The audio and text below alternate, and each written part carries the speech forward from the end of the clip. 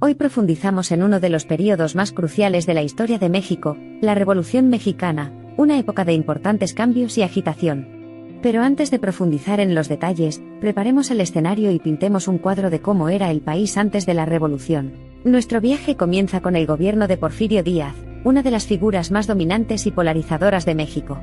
Considerado por algunos como un visionario y por otros como un dictador, su reinado férreo de 35 años se caracteriza por un rápido crecimiento económico, modernización, pero una creciente sensación de desigualdad y privación de derechos políticos. Bajo el régimen de Díaz, México experimentó una importante industrialización e inversión extranjera, particularmente de Estados Unidos.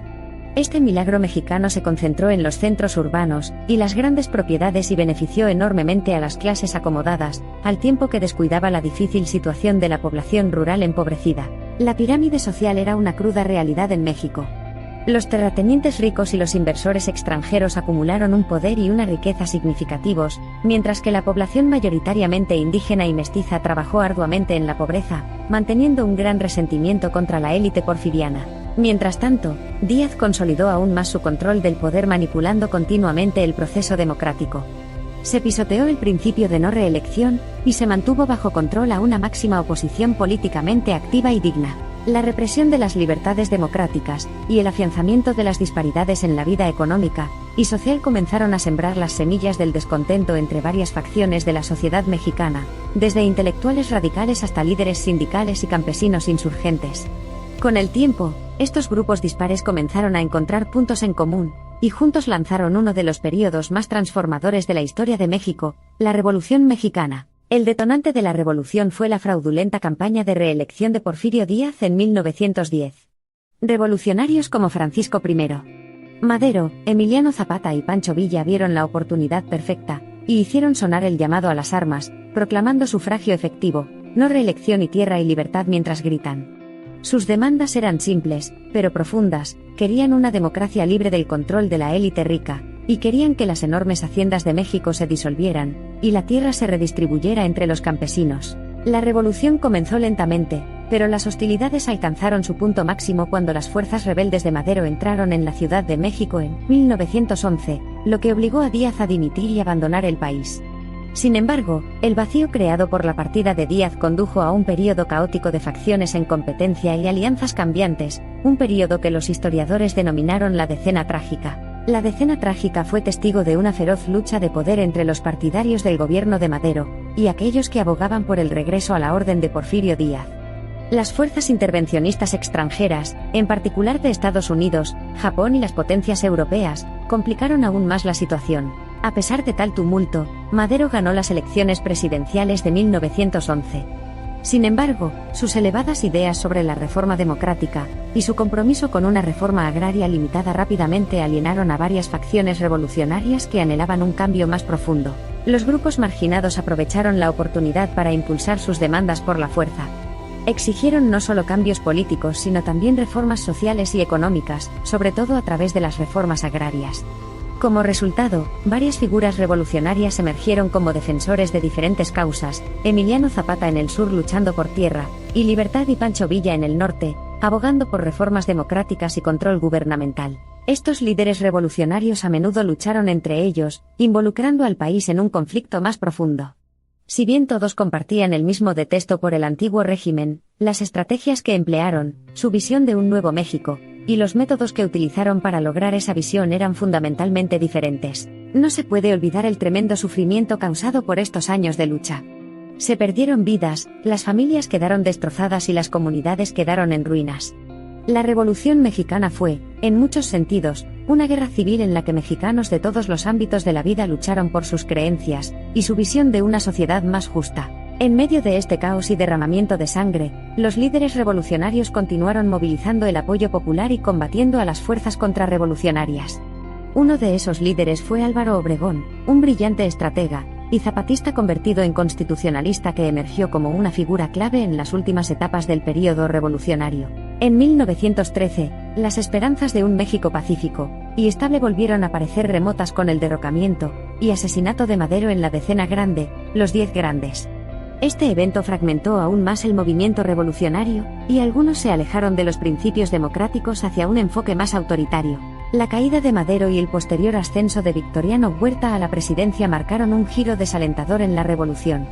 Considerado un gobernante traidor y dictatorial, Huerta enfrentó rebeliones en varios frentes por parte de facciones de revolucionarios y constitucionalistas lideradas por Venustiano Carranza y Obregón.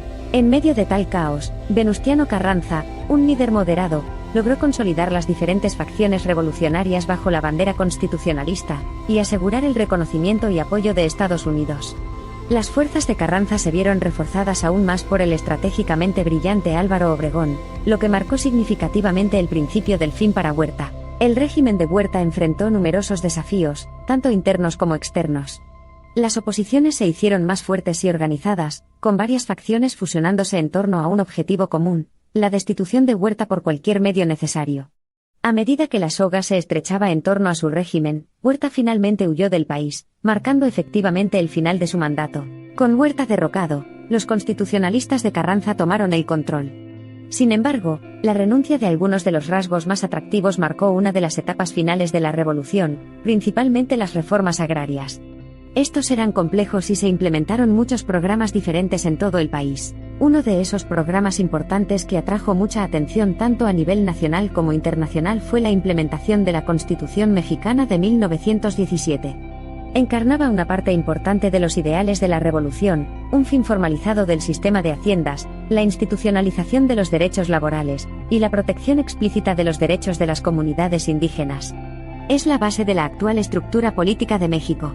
El impacto de la revolución fue verdaderamente profundo, poniendo en marcha cambios que transformarían fundamentalmente a México.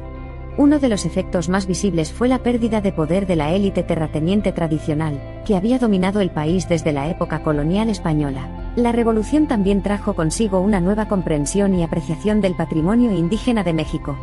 Las diversas facciones de la revolución diferían en sus puntos de vista sobre los pueblos indígenas de México, pero compartían el entendimiento de que un México nuevo y posrevolucionario debía abrazar y elevar a su población indígena. México posrevolucionario, sin embargo, estuvo lejos de ser pacífico.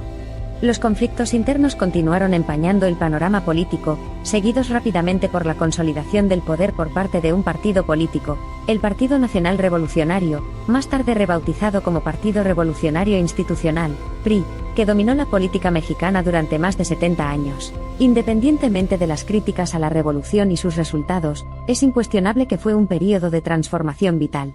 Entre sus legados más significativos está que es una época recordada por el valiente e indomable espíritu mexicano, mientras el pueblo de México se levantaba y luchaba por su visión de su país. Son su lucha, resiliencia y esperanza las que perduran en la memoria colectiva de la nación mexicana, mucho después de que los ecos de las batallas se hayan desvanecido. Es posible que los ecos se hayan desvanecido, pero seguramente la revolución no ha sido olvidada.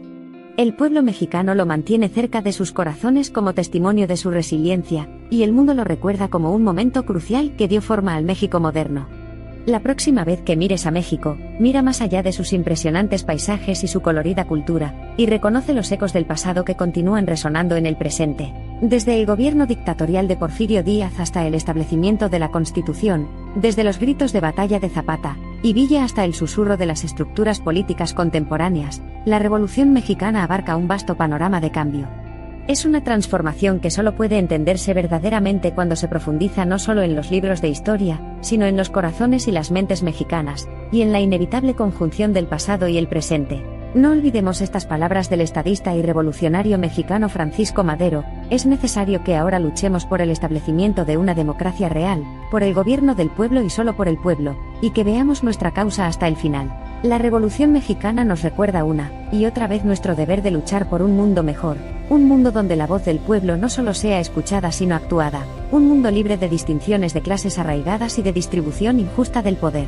Así como los ecos del pasado continúan dando forma al presente, promete extenderse hacia el futuro, brindando inspiración a quienes continúan luchando por el cambio en todo el mundo, no simplemente como un modelo para la acción revolucionaria, sino como un profundo recordatorio del espíritu inquebrantable del pueblo mexicano y del potencial humano para el cambio. La historia de la Revolución Mexicana puede haber concluido en el papel, pero su espíritu sigue vivo en los corazones de quienes anhelan el cambio.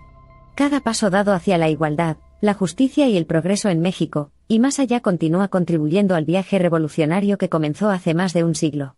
Y es este esfuerzo colectivo, este esfuerzo inquieto, Esta revolución perpetúa lo que mantiene vivo el espíritu de la Revolución Mexicana.